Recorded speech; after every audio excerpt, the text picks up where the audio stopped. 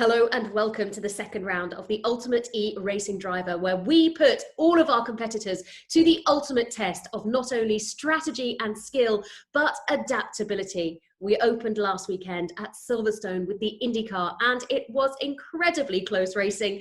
And tonight, let me tell you, ladies and gentlemen, will be no exception as we head to the Nurburgring track, a driver's favorite, but tonight they'll be racing it in V8 Supercars. So without further ado, let's join our driver coach, Enzo, who's going to give us a quick lap. Hi everyone, and welcome to another onboard of another iconic car at another iconic track. This time it's very different. Obviously we're in Nurburgring, virtually, in Germany, in an Aussie V8, a Supercar V8 Holden, 650 brake horsepower animal, this one. Completely different animal to where the IndyCar was pretty much more grip than power, or very equal. This one is a lot more power than the grip it's got. Constantly managing, as you can see, trying to put the throttle on, it's always trying to wheel spin out. And because of the speed and because of the sheer size of the car, you have to slow it down a lot more than the IndyCar. So you gently get in there, feed the power on. Everything has to be like, you have to ask it nicely, otherwise it bites you. Coming down to the bottom corner now, big bowl, you get the car completely straight, braking gently, waiting on the apex, squeezing the throttle, it forces you out wide. See, you go on the gravel so easy. This kind of corner would be flat out in a Formula car. With this one, you have to lift gingerly through, short shift, managing all that power, otherwise you could be facing the other way very quickly. A very big left-right corner now, trying to get down to the curb. And then this one is important. You have to get such a good exit from here because you've got a long straight. So again, like we said at Silverstone, the first person that gets on the power and stays on the power there wins all the way down this straight. We could get overtaken a lot down into this corner. Last part of the track now, braking is a long braking area. Trying to use all the curb, a bit too much there over the chicane. And then we've got one more corner, it's a long right-hander. Braking it down, third or second gear, feeding the power on again. And that's a lap. This is a hard one, a difficult one to drive, but should be very entertaining. Nurburgring is known as the green hell, and tonight some of the drivers may just find it that. We'll find out shortly as we head now trackside to our race commentators, Chris McCarthy and Jack Canane.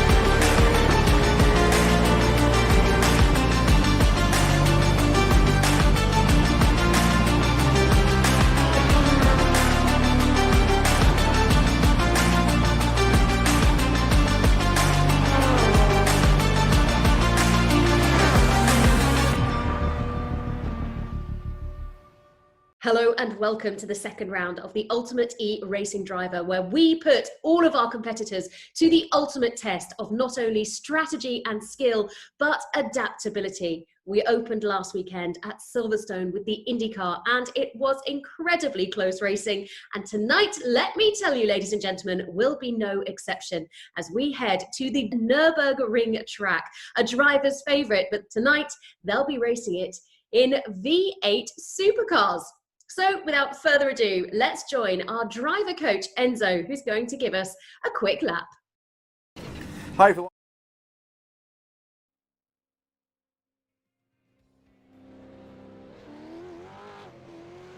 Thank you, Gemma. Well, welcome. Round number 2 from the Nurburgring GP in V8 Supercars. If that doesn't get you excited for the racing this evening, I don't know what will. A reminder of the format we will be running. It's the same as ever. Currently, the drivers are out qualifying. They only have 2 laps to qualify, so getting it right is very crucial. That will decide in which heat they go to and where they will start that heat race. The heats are going to be 4 laps each. The top 8 will go through and the top 5 will score points. The rest of the drivers will go into a constellation race, which will be 3 laps long, and the top 5 from that race will join the back of the grid for the feature race. We're going to have 29 drivers there on the grid for the feature race. It's going to be 10 laps long. There is a mandatory pit stop you have to do to take on fuel, and there will be points for the top 10 in that race. This is round 2 of 3, so points are very, very crucial. We'll run through the championship standings when we come back from the next break. We've got a lot of brilliant racing coming up this evening, but we've got lots of brilliant interviews as well. Racing in about 10 minutes time, so to fill in the gap, a couple of interviews. And first, Gemma spoke to the virtual Le Mans 24-hour winner, Nick Tandy. So Nick, I have to congratulate you because you are now a 2-time Le Mans 24-hour winner, albeit one real and one virtual. I know, it's funny to talk about, isn't it? But it's like I said to my teammates, and when we were looking at getting involved with it, any win at Le Mans is a win at Le Mans, and especially you look at the competition that was in the race that we were involved in last weekend, and yeah, it was great. It's like you say, a winner in the real world and the virtual world. I'm obviously the first person to do that, and it'd be interesting to see when the next one comes along. Le Mans is tough. I've done Le Mans numerous times as a journalist. It's tough, but as a driver, it's super tough. The hours that you're racing, being in the car, the nights, everything about it is a massive pressure. But actually, the sim must have been tough too, because you're under the pressure, you're doing it around the clock, you haven't necessarily got your teammates alongside you for the same camaraderie, and you've got to stay focused while sat at home. And, I saw your podium, it was wonderful with the kids and the trophy. But you've still got the family and life going on around you. Working from home is not easy, especially doing a 24-hour race. No, it's right. It was way harder for me because it's a completely alien environment. When we go races, we go to Le Mans or Nurburgring and do normal 24-hour races. That's kind of, it's what we do. It's what I feel normal and the most comfortable doing. Yeah. You kind of get used to it. But obviously, I think before March, the longest kind of race I'd done online was about 30 minutes. And then we started doing some of the IMSA races in the GT cars, and they were 90 minutes. But I'd never done any sort of endurance race online. I'd never done any race with teammates that involves driver swaps. Clearly, I'd never had to set an alarm, wake up in the morning, and try and get your focus ready to go and sit on your sim again in the morning. So it was all completely new. And to be honest, I was a little bit worried going into it. We put the preparation in from a driving point of view, and getting the car ready and getting people quick enough. But then the fact that we had to actually run through this, what was effectively a 26-hour period with kind of 2 hours before the start of the race, it was an unknown thing for me. Luckily, I've got some pretty experienced teammates to help. So it ended up pretty well. It was good fun, a good experience. I'm glad we did it. You're now in Florida, ready for the real life motorsport season to get back underway for you after 14 days of quarantine. What is the next step for you?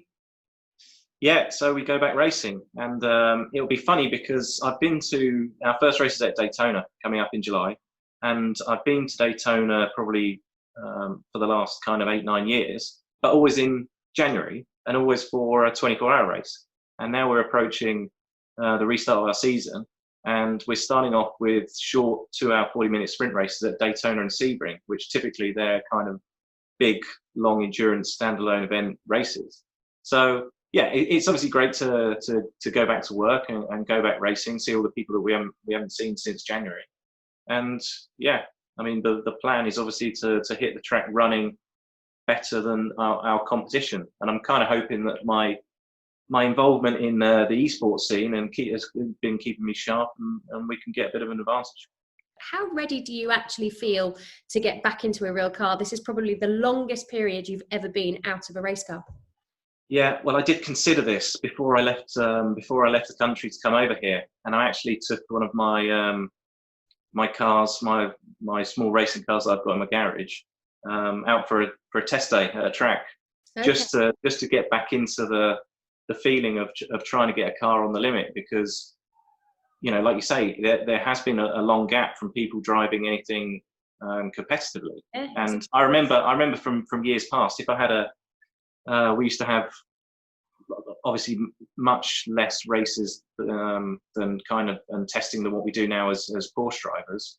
And if I had a 6-month gap over the winter period, I would be absolutely rubbish going into the first qualifying session of the new year. So yeah, it's something that for sure will come up, but it's not, you know, it's not just the drivers. There's a lot of team input that goes into these races as well. So we're hoping we're going to be the ones that have done our homework and get back on it quick. Well, I wish you the very best of luck, Nick. Thank you. Ollie, thank you very much for joining us. It's been a very Great to hear from Nick Tandy. Well, from a Le Mans winner to a Le Mans podium finisher and European Le Mans Series champion, and to a driver who has used social media to help his career both on and off the track. For those of you looking to gain a few followers, get a pen and paper ready, as we'll cross over now to Gemma Scott, who's catching up with Ollie Webb. Ollie, thank you very much for joining us. It's been a very interesting time during lockdown to see how e-racing and sim racing has really exploded. You haven't necessarily been right in the heart of the sim racing, but it's something that you've certainly been involved in over the years. Yeah, I've done a lot of sim racing and sim driving for teams all the way up to Red Bull with the F1 team, and it's been really, really fun now to get back into that on a slightly more arcade level, but to join everyone who's not been able to race in real life and get back on those simulators and race against each other in the community that we have. It's pretty impressive, isn't it? But let's go back to the real world, because of course your career, like we said earlier, you know, you've gone through the single-seater level, and at one point I remember working with you and being convinced that you'd be heading into Formula One. You've now come across to endurance racing, you've done the GT stuff. You know, do you feel like there's still things that you want to achieve? Yeah, I think, I mean, we became European Le Mans champion, and my next goal was always World Endurance Champion. But that's still the main goal, especially when we get to the hypercar season of this FIA WEC. So to win Le Mans overall and win that championship would be the next goal. But then I'm always interested to be in new cars. I do all sorts of GT racing with in the Pro-Am stuff, in the Dubai 24 hours and all that kind of stuff. I'd like to complete as many of the 24-hour races as possible. So obviously I've done Spa and I've done Le Mans. I like the endurance stuff and the community it has around us. What's it like as a driver to be able to have to share a car? Because obviously you came through before you went into endurance, single seaters, it's your race, it's your sprint, you're in control. And you have to lose that element of control and hand it over in trust to another driver. I was very lucky in most of my years that I have had teammates. It's been very, very good. And the last couple of years has been really nice. We've had Tom Dillman, James Roster, and some really good people in the car. Some good speed, good data to be able to share, good camaraderie, and sensible, good tactics between everyone that makes it really, really fun to race in, as well as competitive. And then you're not as nervous when you're out of the car. But and same in 2014, we won the championship with Paul Lou and Nelson, some great teammates. But you're right, it can either you make a mistake yourself or someone else does, and it's frustrating because you have less control over it because you're not the main person in the car at that time. But it makes it a little bit more of a team sport, which therefore then makes it a bit more enjoyable. What about away from the track, Ollie? Because you've become this incredibly well-known influencer. Have crafted your life along this way. And what we see on social media looks incredible. You know, you're driving different cars all the time. You're in different places in these very glamorous locations. You know, what's it like to be on that side of things? Yeah, well, it kind of all fell into place almost by accident. I've always been very obsessed with photography and videography, and I was on Instagram very early and doing YouTube very early, and before it kind of became the phenomenon it was today. I was always using it as just like my kind of sticker book of where I am, and creating little videos all the way since I was in T-Cars when I was 14 years old. I remember back with my manager Michael Bentwood, and before Instagram, I think before even Twitter was there, and I was making these little .mov, like tiny little quality videos that would film on my Nokia 6230, and always been obsessed with it. And it just fell into the right place at the right time, that trying to be as media savvy as I could be, you know, helping sponsors out by creating them content on the side. And then Instagram came along and used the platform and used the fact that we're so lucky to go to the places that we go to. So if I'm in Monaco and I'm racing in Monaco and the race is over for World Series and then the Formula One race is on, make use of every second that I'm not with a client or with a sponsor to document that. And that in turn fell into this following of people that want to follow that lifestyle, and it just grew along with it. You've done so well, and you're still so young. There's still so much more to achieve as well. Yeah, I'm hoping many more years in WEC, and try my hand in as many series as I can, and hopefully it keeps going. And obviously motorsport is a tough world. We're out of a job every year or 2 years, depending on the length of your contract. So we've got to keep pushing. But yeah, I'm still in my 20s. I've still got time, so I'm gonna keep pushing and try and do a bit of a Tom Christensen element-ish, and win as many as I can.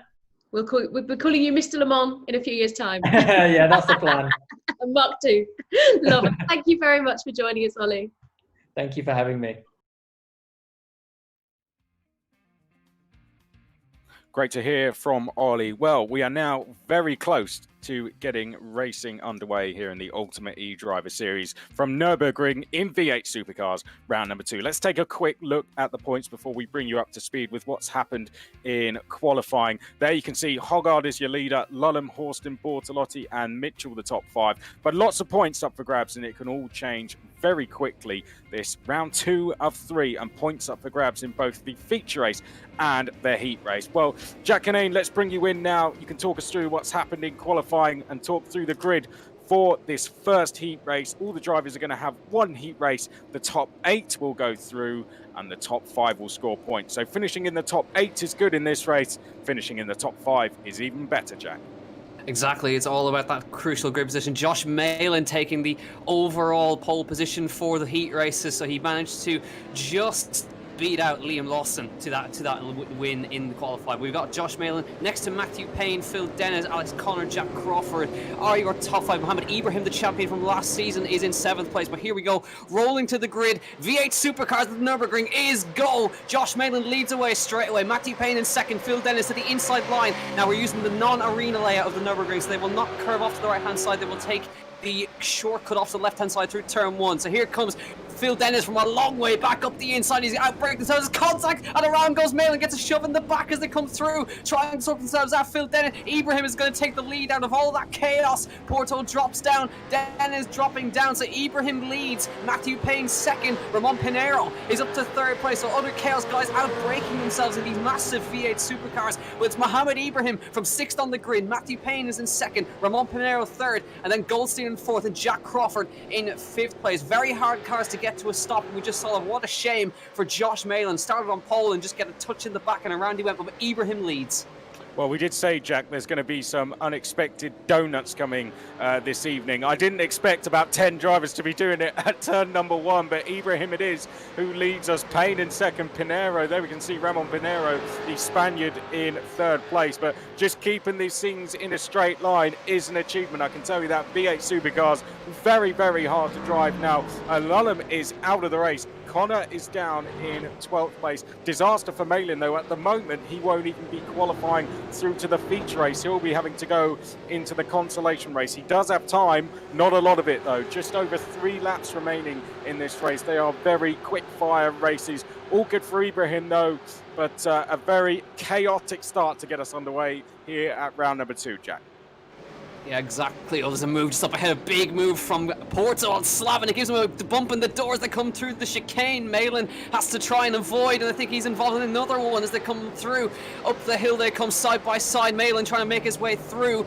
These guys are just trying to make their way into the feature race. This is the battle for 8th place that we're looking at. Dennis slots in ahead ahead now. So he was involved in that turn 1 instant as we came through. So Dennis is ahead of them now, but they sort themselves out towards turn 1. So Malin drops behind them again. So Dennis is in the box seat now to try to sort themselves out into turn 1. Down the inside, big move from one of the cars in the background, trying to get themselves stopped into turn number 1. They have to try and avoid. There's even more contact, and around goes Malin and Dennis again, and Alice Powell makes her way through as they come through there. So Dennis now again involved in an incident, and it's just going from bad to worse for these guys. But Alice Powell now trying to battle away as they come through the bottom into the S section for the first time. So it's been chaos in these big cars, in the Holden Commodores and the Ford Mustang GTs. The guys have a choice between these two. A lot of them have opted for the big Holden Commodores, of course equivalent to Vauxhall over in the UK.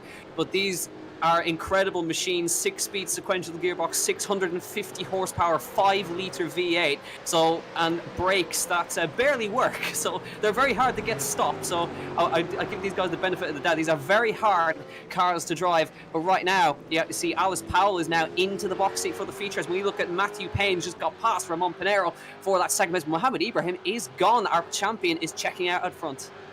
Yep, reigning champion Ibrahim away and clear. Payne there in second place, having to defend coming up to the chicane. Pinero eager to get back through. The top 5 score points for the championship. That's something we haven't done in previous seasons. 5 points at the moment will go to Ibrahim, and the winner of this will start on pole position for the feature race as well, where 25 points are up for grabs as they make their way now down towards turn number 1 once more. Given that this is called the Ultimate eDriver Series, we really do put these guys to the test. The cars were voted for by you guys, so the V8 Supercars was the car of choice, and then the track was only revealed just a few hours ago, so they haven't had a lot of time to practice. But that is what we want to do. We want to put them to the test, and there goes Kirko Porto down the inside of Alex Connor. In fact, that's Connor, isn't it, going down the inside of Porto. So got almost fully sideways into the braking zone going down towards turn number 1.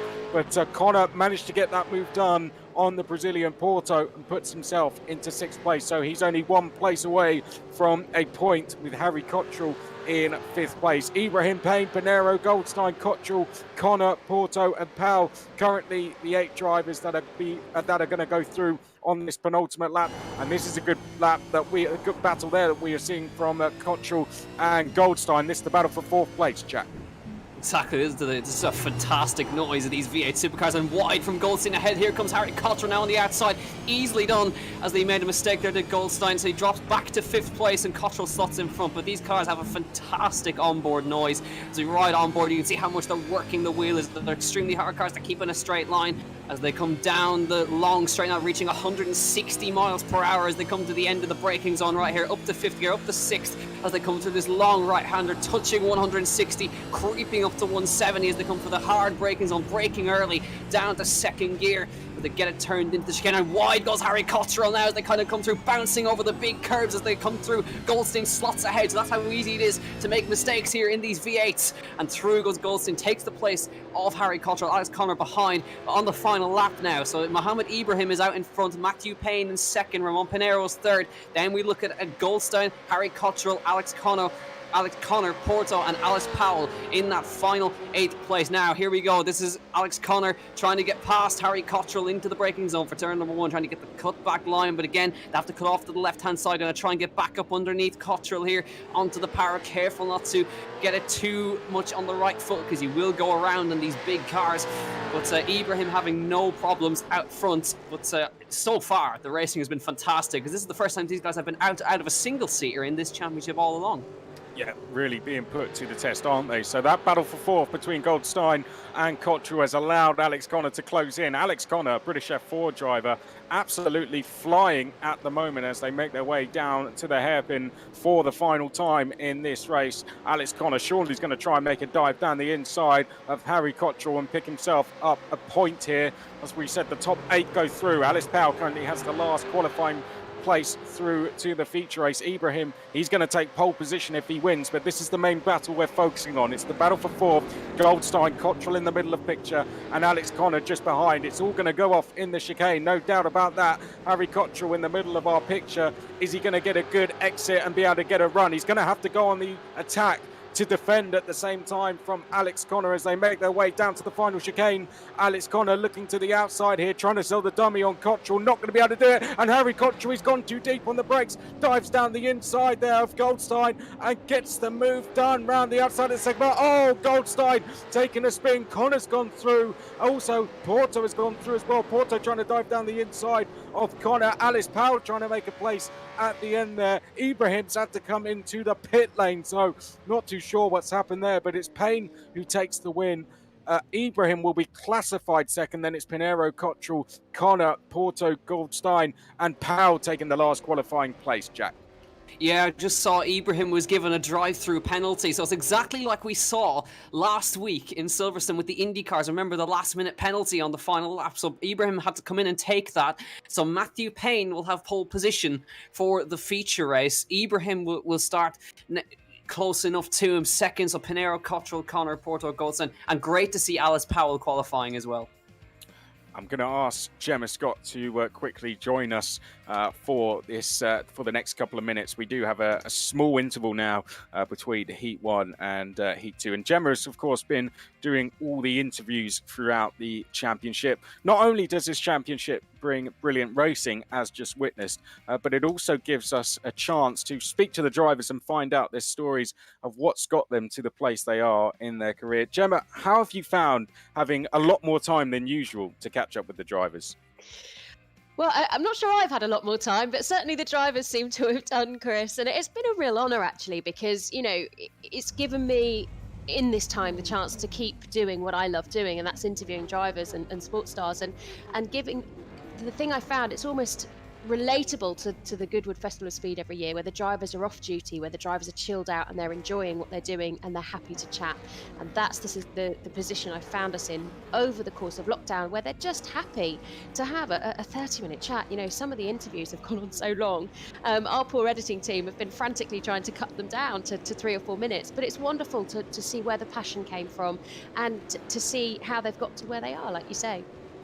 Brilliant stuff. There's a particularly good interview coming up later with Alice Powell. We really do look forward to watching that one, so stay tuned. That will be coming after the heat races are completed. We're going to go on to heat number 2 now. Mike Epps is going to be on pole position. We've got Lawson alongside Barrichello in third place, Azam, Hugo de Sadalier, Stuka, Alcaraz, Mott, Hindley, Callum Voisin, and Donaldson, Moore, and Garcia. Sarah Moore, that is, in 12th place. Right, let's get heat number 2 underway. Same format, 4 laps, top 8 go through, top 5 score points. The lights go green as they come across the line, and Liam Lawson is going to lead us down towards turn number 1. Mike Epps in second place there. Barrichello trying to get down the inside as they go in towards turn number 1. As that, contact there between Dudu Barrichello and Epps. Already off from the Garrel. Beached is Alex Alcaraz. De Sadalier is off. We've also got Kasper Stuka, young Kasper Stuka, off a car park in the second corner. Sarah Moore involved in that, unfortunately. She gets going again, the W Series driver. And trying to get going. Couldn't get a lot of traction, and Stuka, he's lost his rear wing, unfortunately. He's going to have an even tougher race now from the back. There's Dudu Barrichello with no rear wing either, so a very interesting race coming up for him. He's in 8th place. He's got Mott behind, who's missing the front end to his car, and Sarah Moore behind that. Sarah Moore's going to try and dive down the inside, so I think we're going to have to come and expect starts like that, Jack. Here we go. This is Anthony Mott with Dudu Barrichello with the front missing off his car. He was involved in that turn 1, trying to get back up the inside through the Schumacher S's. Mott gets ahead with Dudu Barrichello right on his bumper now as they come back through.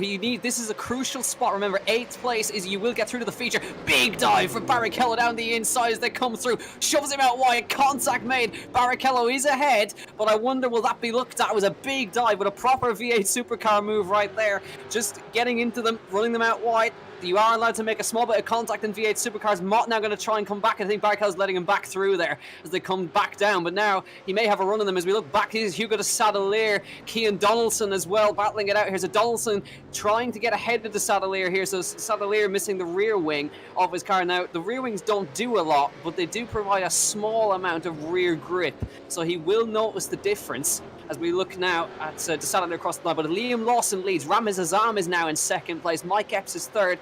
Hindley, Voisin, Sadalier, Donaldson and Mott are your top 8. Dudu Barrichello Kasper Stuka, all those guys outside of it now. As we look at Anthony Mott slotting ahead of Cian Donaldson now. It looks like Donaldson's suffering with some kind of issue as Barrichello tries to come down the inside. And this is for that 8th place. He's really struggling to get past, but he may be able to get ahead. And of course, he is missing the front end off of his car, which is also not going to help matters. And he's trying to chase after Cian Donaldson for that 8th. And again, he goes down the inside with a huge dive bomb. That was a lovely move from Duda Barrichello and good awareness from Cian Donaldson to give him the room on the inside. Late move, but he's into 8th. Yeah, move of the day so far there from Dudu Barrichello. I thought he was just about to wipe Cian Donaldson out, but as you said, great awareness from Cian Donaldson. I think the story of today is going to be if you survive turn 1, you're going to go through to the feature race and you're going to take a few points with it, because Liam Lawson is one of the drivers who did that. And as you can see, his car looks like it's just come fresh out of the garage. Absolutely no marks on that car whatsoever. Liam Lawson, he leads us in as he comes on to the back straight. There is Ramiz Azam in 2nd place. Mike Epps is in 3rd. Then we have Ben Hinchley in 4th. Callum Voisin in 5th. Hugo de Sadalier, who was one of many drivers racing in the iRacing 24 Hour of Le Mans over the weekend, picked up a podium in his class and tier. Mott in 7th. Dudu Barrichello with some brilliant moves in 8th, so look forward to watching him throughout the course of the day. Then the drivers who are currently not going through to the feature race via this race. Anyway, over the grass there was Victor Garcia trying to go for a move for 8th place. That was that on Barrichello? I think it was that he was trying to go past. Behind is Cian Donaldson, who seems to be getting a little bit delayed through the final corner. So they're going to be side by side as they come across the line to complete half the race. Yeah, half the race gone. So Donaldson up the inside now should be able to get ahead, and I think Garcia just backed out of that one, not going to battle. So Dudu Barrichello slots into 8th. Garcia trying to make a late move. He's almost touching as they come through the first corner. It looks like Donaldson's struggling with this car. It is extremely hard to get used to. So he's trying to just keep himself clean, and hopefully he'll get through in the consolation race. But Liam Lawson, of course, the Kiwi New Zealander, this is their forte at V8 Supercars in Australia and New Zealand.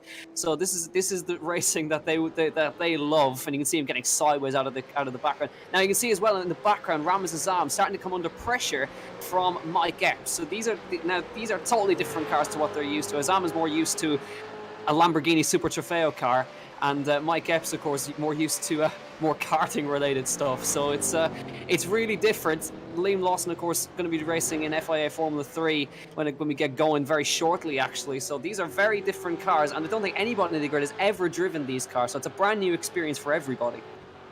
Yes, it is. Mike Epps, of course, here, former British touring car driver. He's closing in on Ramiz Azam here. We could see a battle developing for 2nd place. You get 4 points if you finish 2nd and 3 for 3rd. So only a 1 points difference, but it does make a difference as to where you start that feature race. So that is something that Mike Epps will have in mind as well as they come around the final corner. You'll start 5th if you finish 2nd and 8th on the grid for the feature race if you finish in 3rd. So there is a little bit of difference there, and that's perhaps a little bit more important than that 1 point that comes with it. Hinchley in the background, he is in 4th. Then 5th place, Voisin has a lot of clear road, as does de Sadalier and Mott, starting to settle down this race overall in the top 10, but certainly not in that battle for 2nd place. Epps is getting closer all the time to Ramiz Azam, so we'll have to keep an eye on what happens. Epps about a car length or two behind Ramiz Azam now, as we are looking at Matty Hinchley. He's the younger brother of Ben Hinchley. Matty racing in karting as they make their way down towards the hairpin. Great to see Matty Hinchley with us for this one. It's heat number 2. We're on the final lap of the race now. One more heat coming up after this, then the consolation and the feature race. We haven't seen a huge amount of him, Jack, but Liam Lawson, he's kept his nose clean and he is leading out front. He's done everything perfect, got the start right, and he's been leading ever since. Been hitting consistent lap times, keeping the big Holden Commodore V8 in check as they come down the final straight for the final time. Liam Lawson ahead of Ramiz Azam, Mike Epps, Matty Hinchley, Voisin, de Sadalier, Mott and Barrichello. He's going to hopefully stay in that 8th place in his mind. Cian Donaldson in 9th, and then Garcia behind. But here comes Liam Lawson through the final chicane. Got to be careful not to cut too much right there, or you will get yourself an in-game penalty. So here he comes to the final corner now. Liam Lawson to secure 2nd place on the grid alongside Mohammed Ibrahim. He comes to the line and he wins heat race number 2 behind. Ramaz Azam going to come through to 2nd place, and Mike Epps going to get into 3rd. Matty Hingley in 4th, then Voisin de Sadalier, Mott, and we think Barrichello is going to get that final feature race spot in 8th place. The rest will go to the consolation race, where they'll have to fight once again to try and get into that feature race. Barrichello just going to hold on against Cian Donaldson with the front missing off his car. He just managed to hang off. It's going to be close to the line, those that come across, but Barrichello holds him off for that 8th place, and he is through into that feature race so crucial. He had to fight for it in the consolation race last time, but no such worries. He's straight through to the feature race. All top 5 there that scored points in that race, scored no points at round number 1. So it's going to look a little bit more busy at the top of the standings, I'm sure, after this. Right, we've got our 3rd interview of the evening. We're going to be now heading over to Gemma, who's with Ramon Pinheiro. He's going to talk to us about his journey to F2 and the problems he then faced when continuing in motorsport. Ramon, talk to me a little bit, because your career back in the early part of 2000 was really on an upward trend, wasn't it? You came through Formula 3, you came through to Formula 2, and you were looking to be a very, very strong racing driver in that period. What was it like for you racing in Formula 3 and progressing up to Formula 2? It's a great experience, and obviously the highlight was 2011 when I came third in the F2 Championship. It was a great year, especially the second half, which I was nearly on the podium. I think I missed only one race on the podium. What was the problem? Was it sponsorship that was really the big barrier in you going forward? I mean, obviously, we have to put the social context in there, you know.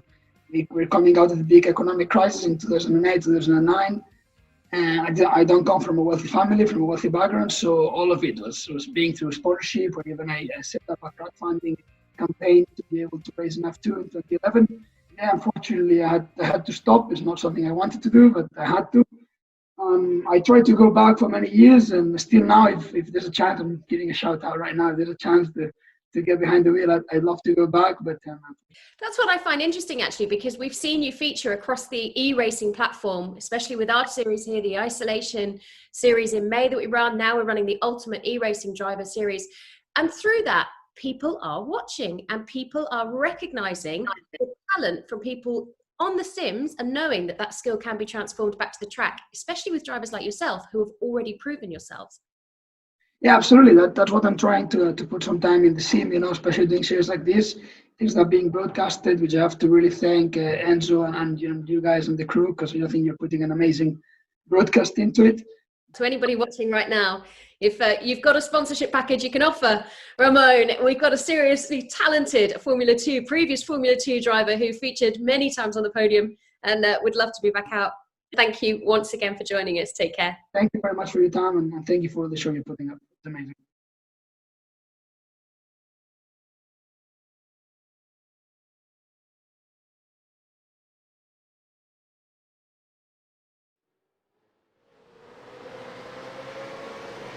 Great to hear from Ramon Pinheiro. You join us in the middle of heat race number 3 here in the V8 Supercars. It's Bortolotti who is ahead in this one. It's Green, then Bart Horst, then Jonathan Hoggard. The guys who are fighting for the championship. Hoggard won last time out in Silverstone, don't forget, in the Indy cars on the final lap. So he's in 4th place. Luke Browning is behind him. Then it's Freddie Spindlow, Will Stevens, then Stevenson, and then Alfred Nilsson. So Stevenson is in that final feature race spot, but it's Bortolotti who leads. It's Green and then Horston. So Bart Horston, of course, the only Australian racing tonight, and of course these are the Aussie V8, so he'll want to do well to represent his country and represent this wonderful sport that Australia has given us with these V8 Supercars. But Bortolotti, of course, fighting for the win last time out in the Indy cars and Silverstone as well. He's out leading, and this is for 3rd place on the grid. And after this one, we'll head to the consolation race where the guys who finished lower than 8th will fight it out for those positions. I was just looking in the background. The guys are just going so sideways through that last corner. I think they're enjoying the fact that these cars will allow you to start drifting around, because they've been in Formula 3s, which are almost impossible to save a slide. But these guys are stepping the rear out in these ones like it's no tomorrow.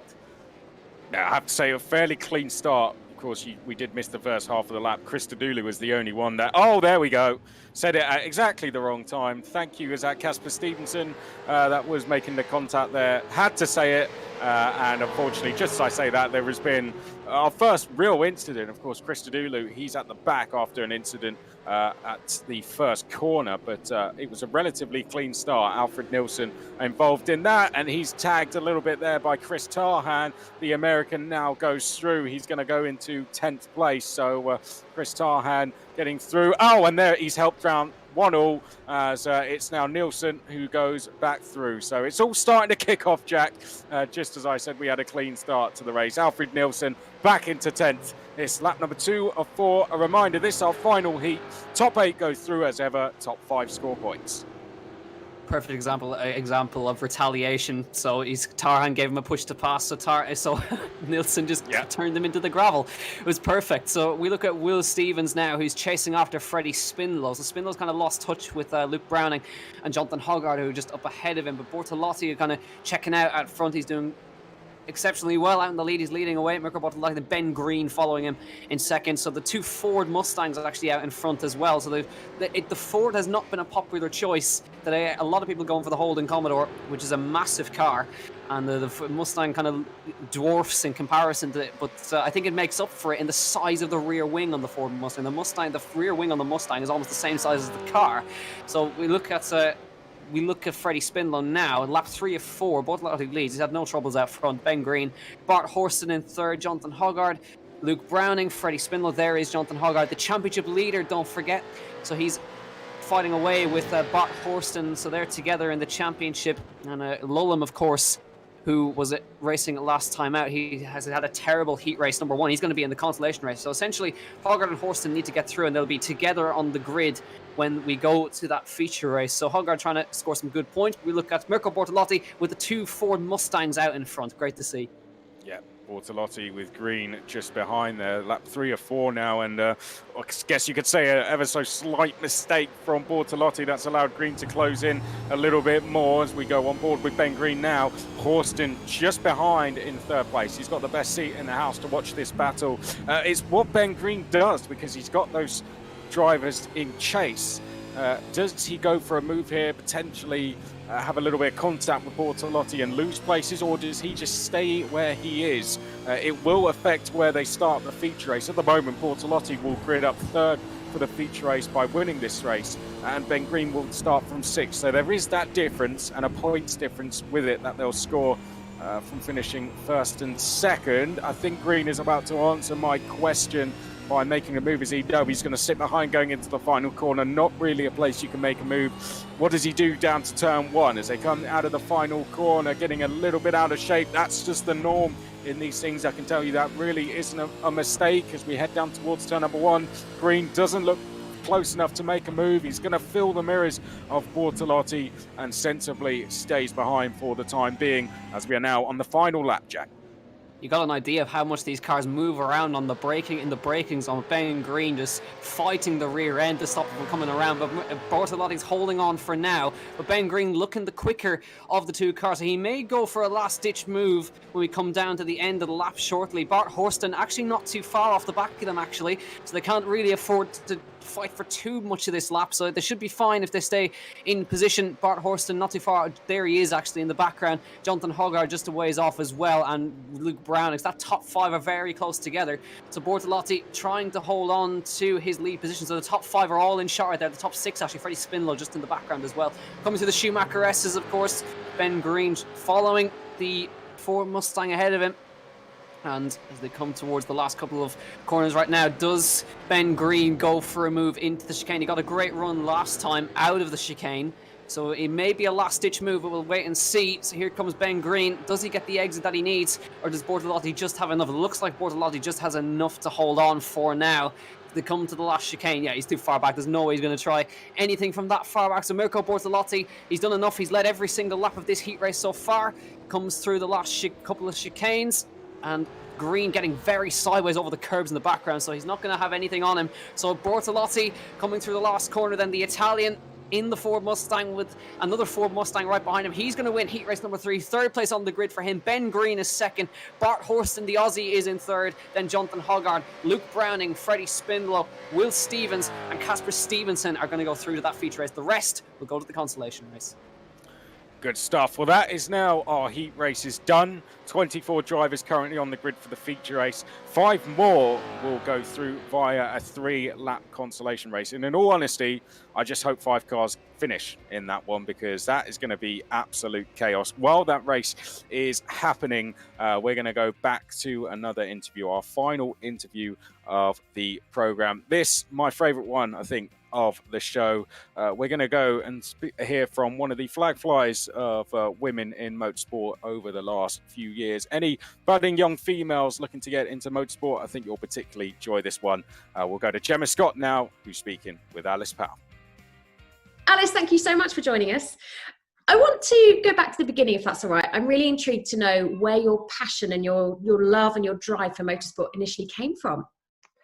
So I started in go-karts when I was 8 years old, but prior to that, I was a huge racing fan from my first early memories, really. Schumacher, huge fan of touring cars, MotoGP, anything motorsport. You stick it on, I'd be sat there right in front of the TV glued to it. So it was probably a way of my parents shutting me up. They found that motorsport was the thing, and then once I went karting, I was just totally hooked and moved up to the levels of karting and then into cars when I was 15. I love seeing women come through motorsport. Obviously, as a woman myself, I was born into a motorsport family. I was lucky, but I was never allowed to race. So I absolutely hold my hats up to you, because that was something I wanted, and I was absolutely by my father told, no, you will not. And he bought me a boat. Ridiculous. Okay. Anyway, yeah. This isn't about me. But what I am intrigued to know, obviously from karting, you went on through to then the junior series. You went through and you became the first woman to win within the Formula Renault Championship. And Formula Renault is certainly recognised as an incredible step on the ladder to Formula One. Yeah, it was just such a great memory, and I managed to win the BARC Renault Championship here in the UK, and then in 2014 in Asia as well. So, I had some amazing memories in Formula Renault. It was a fantastic car, and the teams that I got to work with were just amazing. And up until the W Series, women in motorsport race against men. Talk to me a little bit about women in motorsport in that respect of having the guys against the girls, or whether the girls should be separated. It's like you said, it's unique. It's one of the few sports where women can compete against men. And the reason that the W Series, was kind of formed was to create more opportunities for females. So using myself as an example, when I won Formula Renault in 2014, I still wasn't able to get enough sponsorship to move up the levels of the ladder, and eventually, end of 2015 had to kind of stop racing just because of sponsorship. So, I was just doing a lot of coaching and kind of doing other work, working with my dad, who's a builder, to kind of just to rake in some more money as well as the coaching. And then W Series came along and created an opportunity for me to get back out racing. And it's helped massively. I got a one-off drive in IMSA last year, and also the Jaguar I-Pace e-Trophy this year. So it's not a barrier to say, okay, now I've gone to W Series, or I'm racing in W Series, I cannot compete against men again. I'm still competing against men in the I-Pace. It was just to create an opportunity to raise awareness for females in motorsport, and also to create opportunity as well. For you, what is the ultimate goal? So, prior to when I kind of stopped racing for 4 or 5 years, it was just forward Formula One only. I was just so determined to get to Formula One. I wasn't really looking at many other options. Aston Martin gave me the chance to race in the 24 Hours of Silverstone, and I really, really loved driving the car, but I was still kind of like, I want to get to Formula One. Whereas now, after having that break, it's kind of made me look back and say, look, you need to kind of not just have blinkers on. You need to open your mind up, and there's so many other great series out there. Yeah. And for me personally, now I'm just happy to be out racing. I had a taste of Formula E machinery with Envision Virgin Racing this year and absolutely loved it. So it's kind of a bit of a boring answer, really. My options are so open as to what to race. Can I ask you a question though? Do you think a woman will ever get to Formula One? There's a lot of hype around Jamie Chadwick at the moment, and she's, I imagine, a friend of yours, if not a rival of yours. But do you think that can ever happen? Yeah, 100%, you know, and you mentioned Jamie, she's a great driver. She obviously won W Series last year.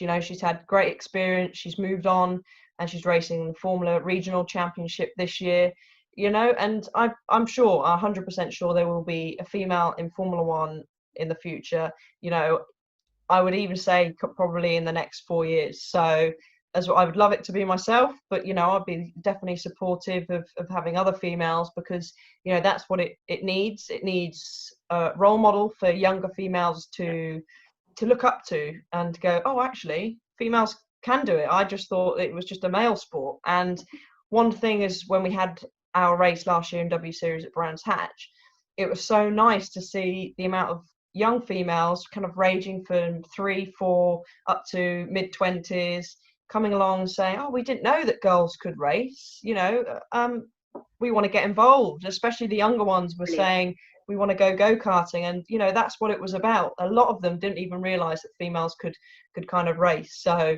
it was really, really nice to meet them all. It's incredible to realise that we're still in the dark ages on that side of things, that girls don't realise they can race. But you're an ambassador for Dare to Be Different, am I right? Yes, that's correct. So encouraging people to go out and do something that is a bit different and getting the girls out there racing as well. Exactly. And the thing with that is that we at Dare to Be Different, they show that it's not just about the driving side, but, you know, the mechanical side, the engineering side. There's so many different avenues to go down because a lot of people think, oh, it's just about the driving, whereas actually there's a whole team and crew behind the driver, which is extremely important. So yeah, it's showing that it's not just the driving side, because I know some people don't enjoy it. Well, certainly your passion shines through incredibly, and your talent as well. You know, you've done so well over the years, and I'm delighted to see you back out racing now after that break. Thank you so much for joining us today and for making time for the show. Really, thank you very much. And you know, as a fellow woman in motorsport, you know, I love the fact that we can all stay united in some way. Excellent. Thank you so much for having me.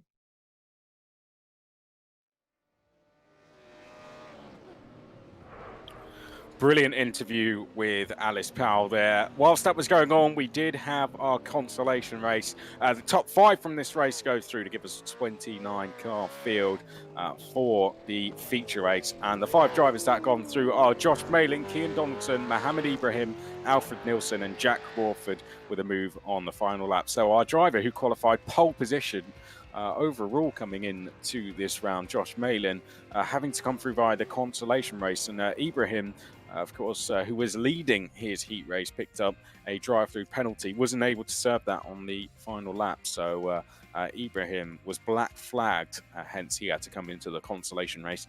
But he has just about managed to get through.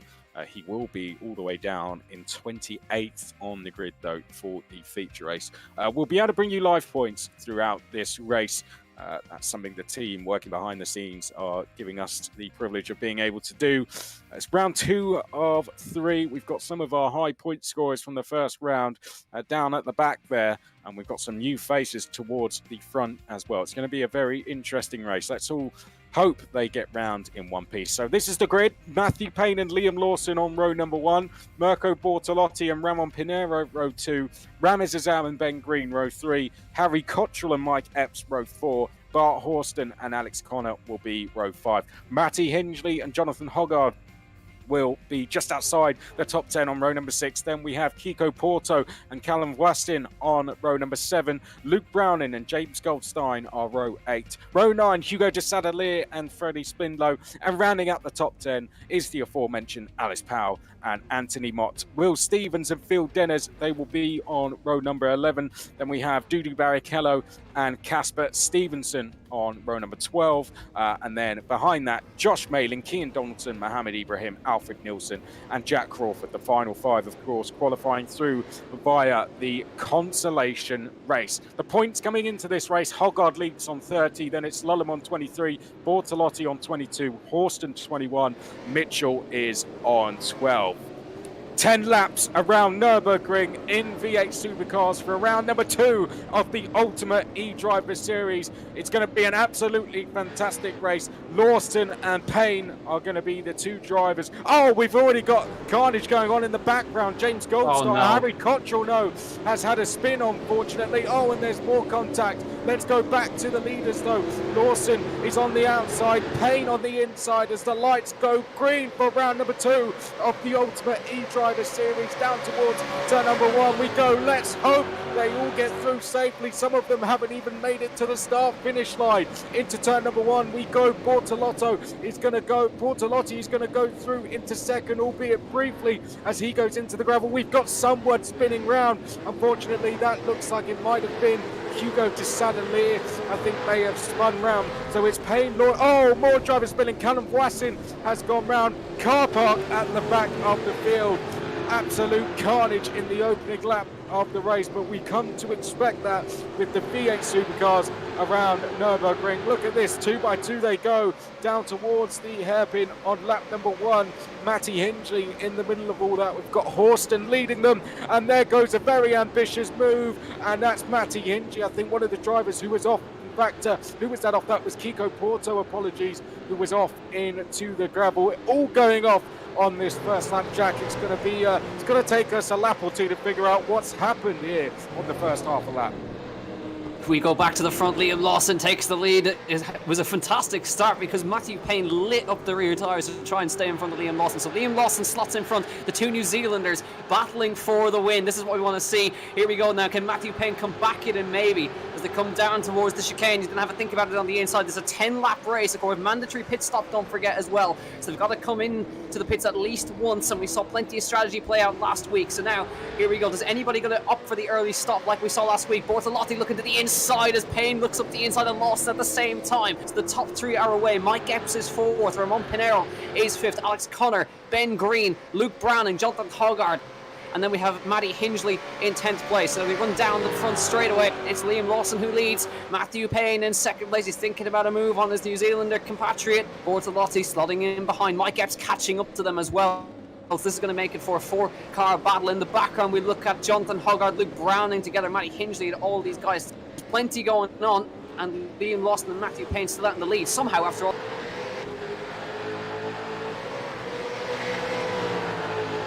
So our championship leader fighting for 9th place there, just down the field, Jonathan Hoggard, who took the win at the opening round there. He's down in 10th place at the moment, is Hoggard. So in terms of strategy, 10-lap race, they have 7 laps worth of fuel in the car. So that's the longest they can run. They can get to lap number 7 if they are ambitious enough. When they come in, they can come in on lap number 1. 7 laps isn't a full tank of fuel, so they can come in as early as they want, fill up the tank and then go back out. But I'd say we're expecting pit stops between lap 4 and 7 roughly, but we may see some drivers going for the early stop. As we look back here at Matty Hindley looking to the outside of Luke Browning, championship leader Jonathan Hoggard there. He's going to be on the outside now, coming in to the right-hander.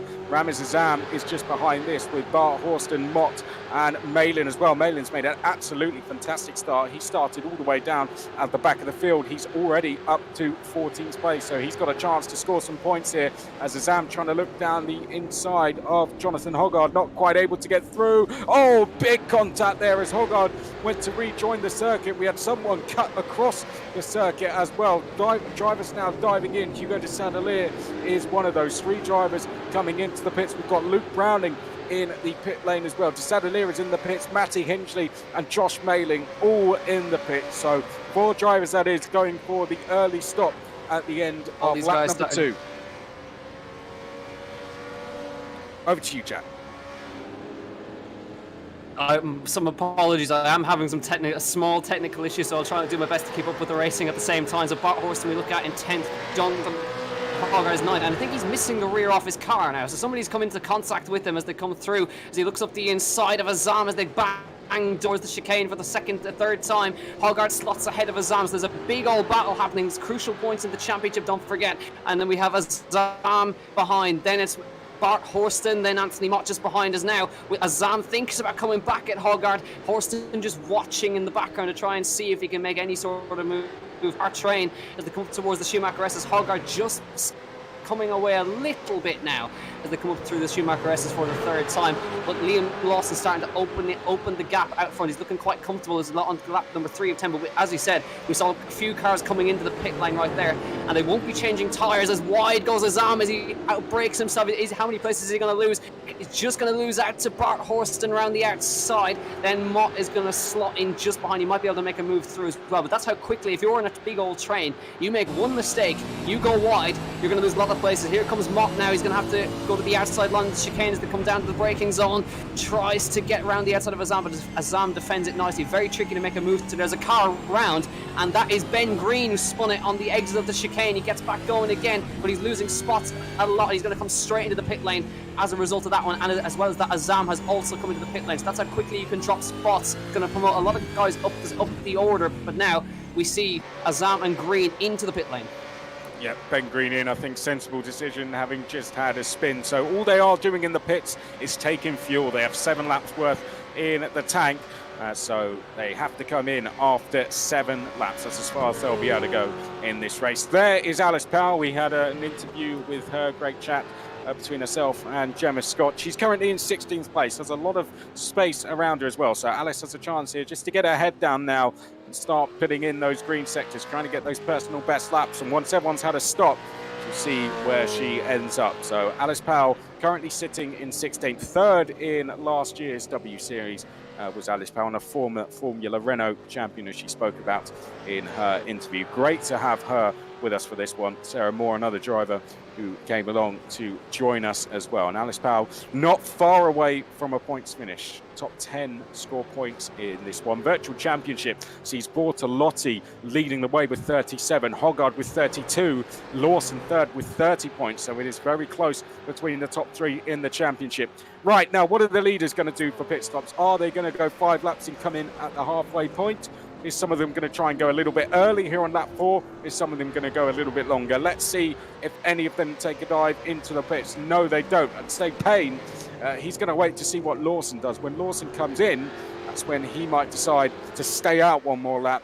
Or if Lawson comes in, he may decide to follow in him as they come across now to start lap number 5. So we're coming up to the halfway point here in the feature race in these V8 supercars around Nurburgring. Liam Lawson is your leader. The 2 Kiwis, 1 and 2, with Payne behind. The championship leader, Bortolotti, in 3rd. Then we have Mike Epps in 4th place. Alex Connor in 5th. Ramon Pinero 6th. Hogarth 7th. Horston 8th. Mott 9th. And Nielsen 10th. Payne tried to close in on Liam Lawson. You can see about 3 or 4 car lengths is the gap as they now make their way down towards turn number 5 on lap number 5. Bortolotti, he's not too far behind this.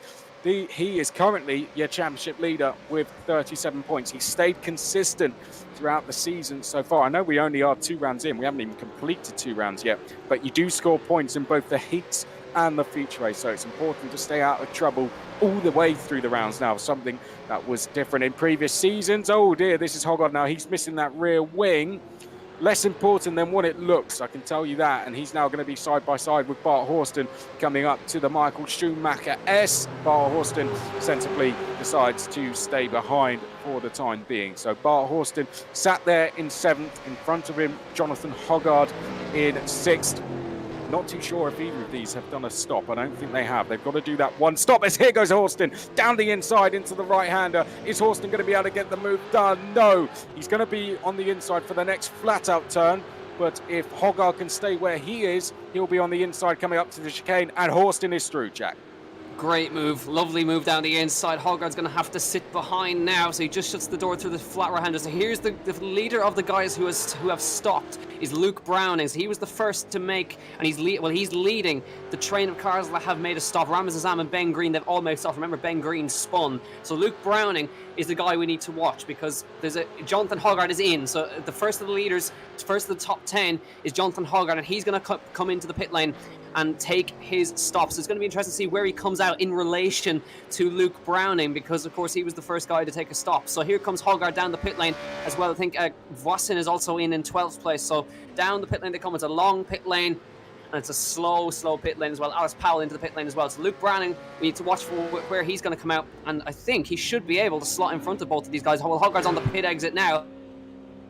And Browning has come ahead, so Luke ahead of Hogarth, so now that's going to essentially mean that he's going to be all the way up in 7th or 8th. So here comes Hogarth. He's going to slot out behind Azam, ahead of Ben Green. So remember that Jonathan Hogarth was about 6th or 7th, so Luke Browning's in a very good spot at the moment.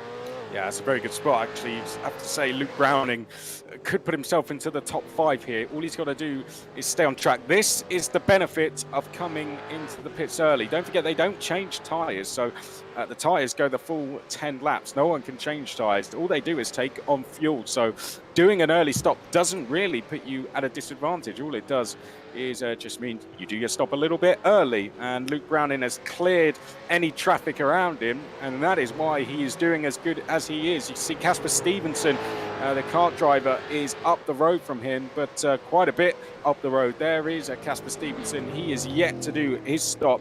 As Jack said, Luke Browning is the first of the drivers to have done a pit stop. Now, I think everyone should be coming in the next lap. They only get 7 laps worth of fuel, so the leaders have decided to use all of that fuel and then stop right at the end. So they're going to be running on lower fuel now, almost an empty tank they'll be on. So this is really when they should be setting some of their faster lap times.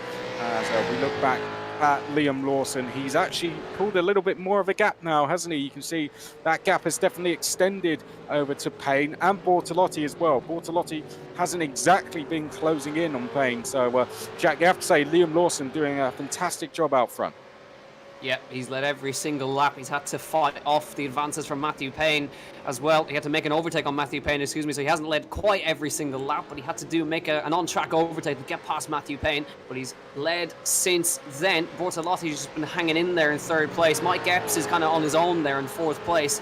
An excellent job inside the top 5 at the moment. Yes, the leaders do have to come in on this lap, so just keep updated on Luke Browning where he is. He's 11th now, and all of the top 10 are going to have to pit on this lap, so it's going to be really intriguing to see how the early stop will benefit Luke Browning, if it will benefit him at all, because the lap times from Liam Lawson at this lap has been really, really good. He's really opened the gap out to Matthew Payne right now, so he's going to peel into the pit lane onto the right-hand side after he comes into the last chicane here.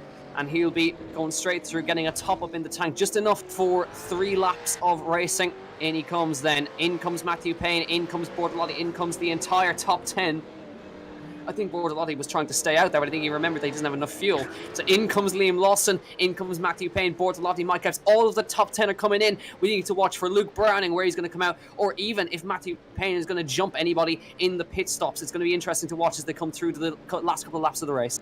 Yep, this is going to be what you call in racing a splash and dash. Not a lot of fuel is going to have to go in for these guys now. Just a little bit of fuel to see them through the rest of the race. Right, this is important now. Luke Browning, the leading driver who has made a stop.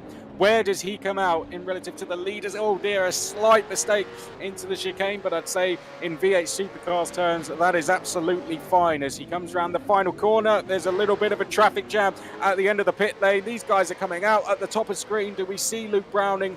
Not quite, but of course these guys are now going to be slower through the first couple of corners. Luke Browning's going to be coming in at speed. Let's see how far behind he is. I can tell you he's about 2 corners back is Luke Browning. There he is. So Luke Browning is actually going to get up to 6th place now, so he has made a place there, and that was on Alex Connor, but Alex Connor is going to come straight back past him.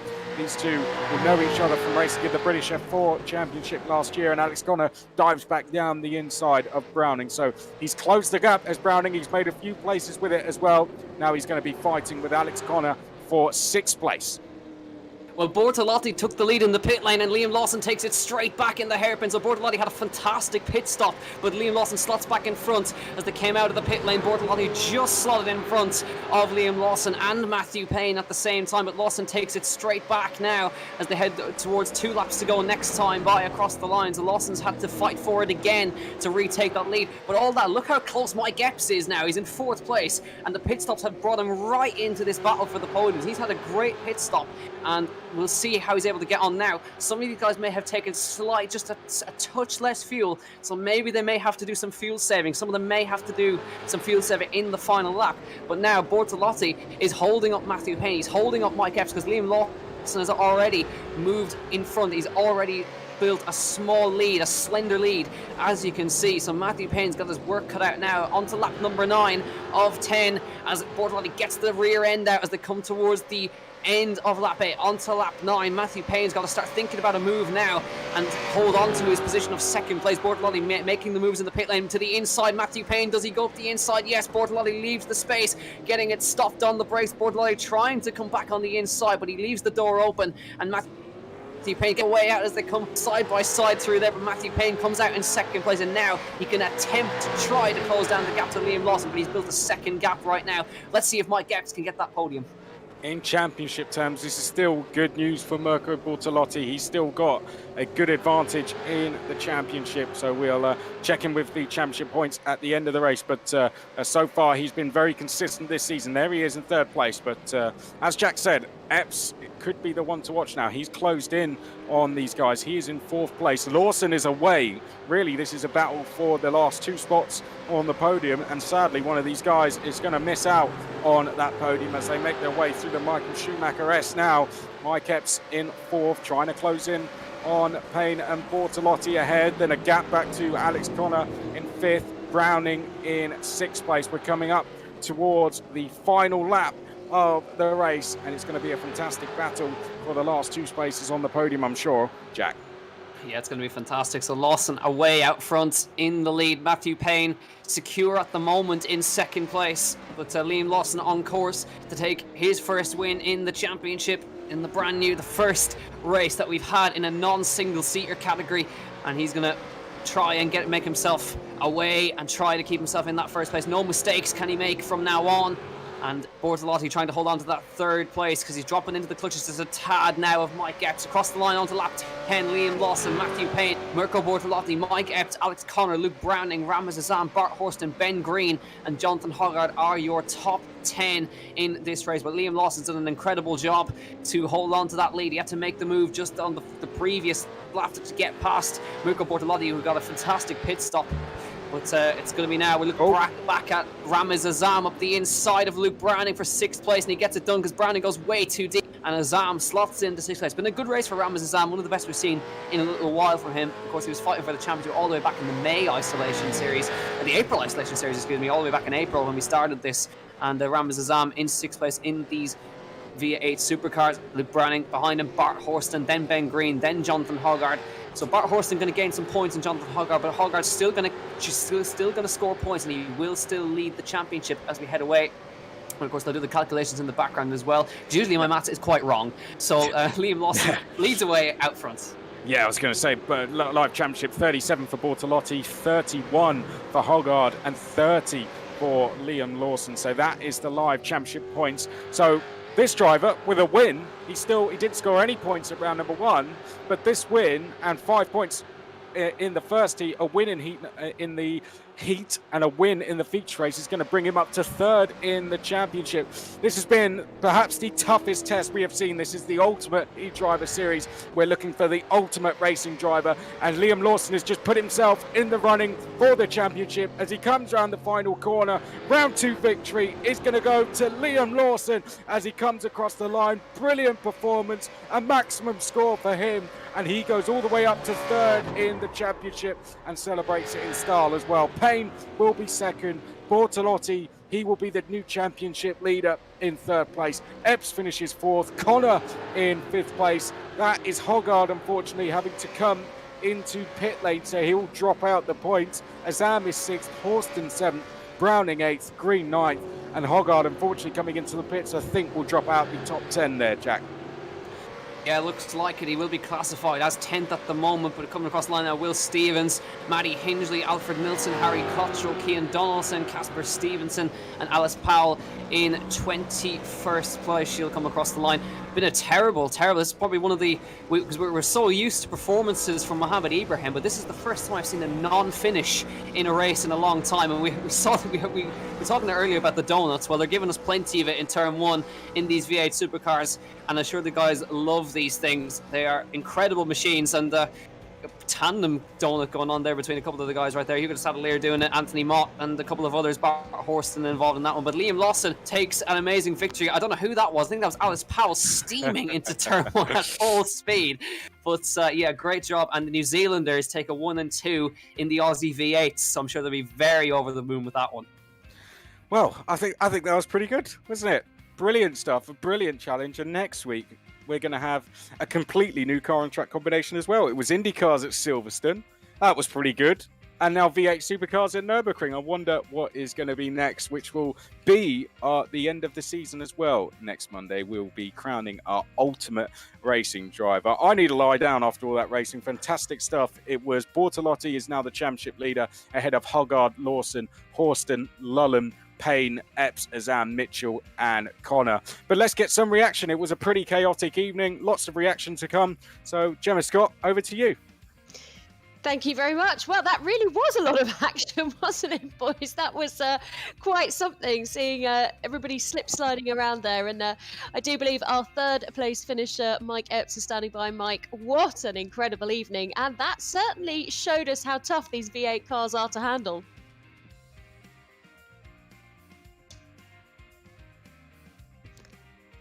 Oh, Mike, have we got you there? Yeah, sorry. I think no worries. Mid-conversation. How's it going? Great to have you back with us, Mike. The handling of those cars looked pretty tough. Yeah, they're quite different. I was literally, just as you moved me in, I was chatting to Liam, the winner. As we're both, I'm half Kiwi, so oh, okay. We connect. I suppose I always try to stay in touch with various New Zealand drivers. So yeah, I've not really driven these until today. Obviously, with the nature of this series, you kind of just get thrown in the deep end, and I really enjoyed it. You have to be super gentle with the throttle and take your time with it, and it's a proper weapon of a car if you light the rears up. So yeah, it's been really good fun. Hasn't quite gone how I wanted, because I was able to equal Liam in practice pace, but quali and the race starts just didn't quite go to plan. I'm interested to know actually about how tough this challenge is, because we've set you the challenge now where you're not allowed to know the circuit or the track ahead of Monday. You know, you've got such a limited amount of time to test. How much pressure does that add? It definitely adds some pressure, but I quite like it because it spices things up. I think without any of that pressure and just the ability to practice and practice and practice, it kind of becomes a bit robotic and a bit boring. You know, there's a couple other series where, you know, some of the drivers will be driving for 3 days straight, you know, probably taking like anti-sleep tablets or something to do more laps, God knows. But, you know, they'll do hours and hours. And I like the nature of this. Obviously, there is a slight sting in the tail where someone who may have driven that car a lot by chance may have a slight advantage, but that's no different to any real life approach, is it? No, absolutely not. You're right there. And I think, you know, like you say, practice is a massive part of the game in motorsport. But unfortunately, there's not a lot of time to get out there and practice in this particular series. So it's all putting you to the test. Thank you very much, Mike, for joining us once again. Great to have you on board as part of the championship. And I'm going to cross over now to Liam Lawson, fellow Kiwi, as Mike did introduce there. I hadn't realised you were both on flying the Kiwi flag there, but I knew you were, Liam, but I didn't know Mike was. Liam, from open cockpit cars, the Formula 3 cars, to this, and tonight you chose to race in the Holden. Talk to me about that decision. I think underneath they're both identical, so I'm pretty sure anyway it's very close at least. So it was more of a I just like to look at the Holden. That's why I drove it. And the supercar, obviously being from New Zealand, you know, New Zealand and Australians, they live and breathe Australian V8 supercars. It's something that everybody watches. So, and I've watched for a lot of years, and so I've driven quite a lot. But I was quite surprised actually. There were, you know, everyone did a really good job. Obviously, finding out the car and track today, and having only a few hours to test, everyone was really close. It was close, and again, the cars looked tough. I said to Mike earlier that they certainly didn't look easy to handle. You know, you've got to be very careful on the brakes by the look of things. Yeah, braking is really hard. Obviously, these things, they have aero, but barely anything, and especially nothing compared to the F3 car we've been driving mostly. So braking, super difficult. Traction is awful. The thing's got so much horsepower, and it's really hard to get the power down. So out of some corners, you take like up to 3 seconds to get from nothing to full throttle. You have to be really patient. So the cars are really difficult to drive, but they're really fun, and the racing's really close. Obviously, there's no aero wash or anything like that you get in open wheelers, so you can get right up beneath people, and I think the racing's really good. Well, you guys certainly put on a good show. Thank you very much, Liam, for joining us once again. Great to have you back with us. Let's bring in Mirko Bortolotti into the conversation, because Mirko, that looked like a super duper race. You certainly put on a great performance and pulled it through to finish in the points. Can you hear me, Mirko? Are you there? Oh yeah, I'm here. Hi guys. Yay, we've got you. You must be tired because you did the 24 Hours of Le Mans this weekend. Yeah. Actually, it's been a busy weekend, but yeah, I'm enjoying it. So, fortunately, I'm not on the podium for this race. I got a penalty, so I'm not out of the points actually. But you were running in third position for a fair chunk of that race, and again, it certainly was a challenge, wasn't it? Yeah, for sure. I mean, these cars are quite fun to drive, but at the same time, quite painful because if you push that little bit over the edge, you're just losing so much time. And yeah, it's quite interesting actually to race with these cars, and it's good fun. But yeah, bit of a shame for me this race. Unfortunately, it didn't go like it should have gone. But anyway, it's good fun to be here, and thanks for the invitation. Is it a circuit that you know well, Nurburgring? Yeah, generally we're racing quite often at the Nurburgring. This year, not only on the GP track like we did today, but also on the Nordschleife. So yeah, it's quite a cool track, quite a track that we get to drive quite a lot during the year. So yeah, I would say I know it quite well. Well, you certainly put on a good show for us tonight. Thank you very much, Mirko. Great to have you as part of our interview series with the drivers there post-race. And I'd just like to cross over now, if I can, to Alice Powell. Alice, we spoke earlier on in the week about the challenges of jumping in and out of different cars. And I think that really showed that's tough, isn't it?